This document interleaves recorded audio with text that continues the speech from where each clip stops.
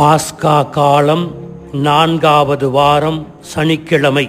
நற்செய்தி பகுதி யோவான் பிரிவு 14 அருள்வாக்குகள் 7 தொடக்கம் 14 முடிய. கடவுள் எப்படி இருக்கிறார் என்பதை பார்ப்பதற்கு நம் ஒவ்வொருவருக்கும் அலாதி ஆசை.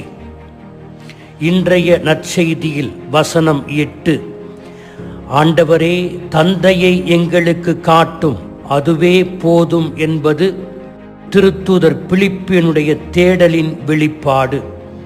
அதற்கு இயேசு வசனம் 10 அதற்கு பதில் தருகிறார்.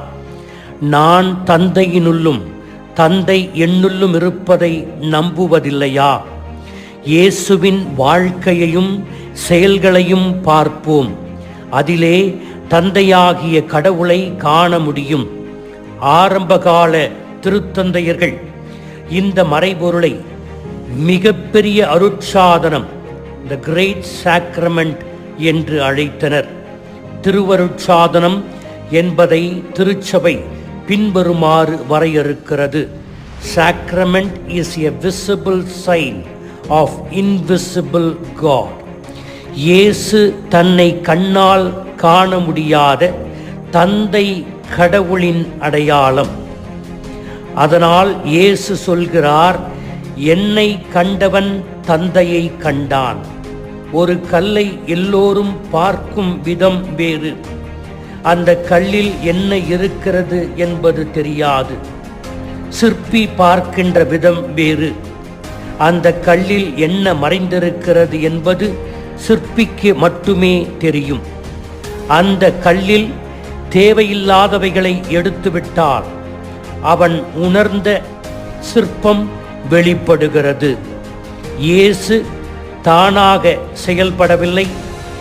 என்னிலிருந்து செயலாற்றுபவர் தந்தையே.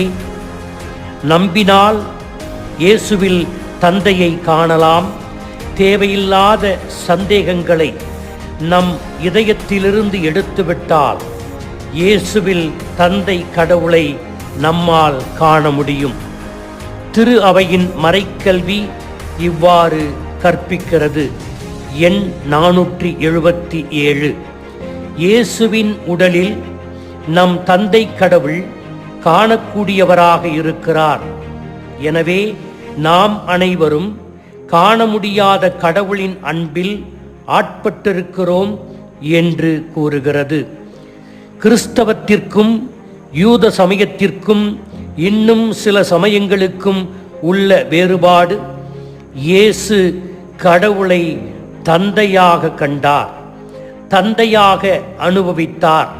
தான் தனிப்பட்ட முறையில் அனுபவித்த தந்தையையே நமக்கு போதித்தார். எனவே கிறிஸ்தவனுக்கு கடவுள் தந்தையாக இருக்கிறார். தந்தையோடு அந்யோன்யமான உறவு கொள்ள முடியும் என்று இயேசுவின் வாழ்க்கையின் வழியாக நாம் தெரிந்து கொள்ளுகிறோம்.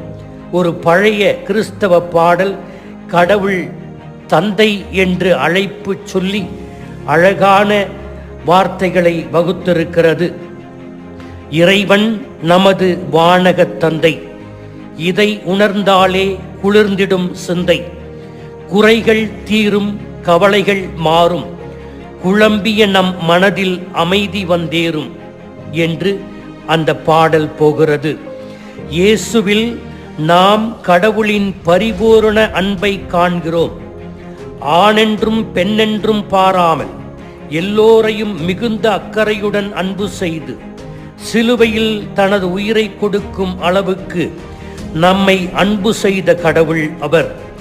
இயேசு கடவுளின் முழுமையான வெளிப்பாடு. நம்மை முழுமையாக, நிபந்தனையின்றி, பரிபூரணமாக அன்பு செய்யும் கடவுள். கிறிஸ்தவர்கள் என்று அழைக்கப்படுவதால் மக்கள் நம்மில் கிறிஸ்துவை காண வேண்டும். கிறிஸ்துவை காண்பதால் தான் கிறிஸ்தவர்கள் என்று அழைக்கப்படுகிறார்கள். நம்மில் கிறிஸ்துவை காண்பது கடவுளை காண்பதாகும். எனவே அந்யோன்யமான முறையில் எப்படி இயேசு தந்தை கடவுளோடு உறவு கொண்டு தன்னுடைய ஆன்மீக வாழ்வை இந்த உலகத்தில் வாழ்ந்து காட்டினாரோ அதே போல நாமும் வாழ இறைவனின் வரம் கேட்போம். ஆமீன்.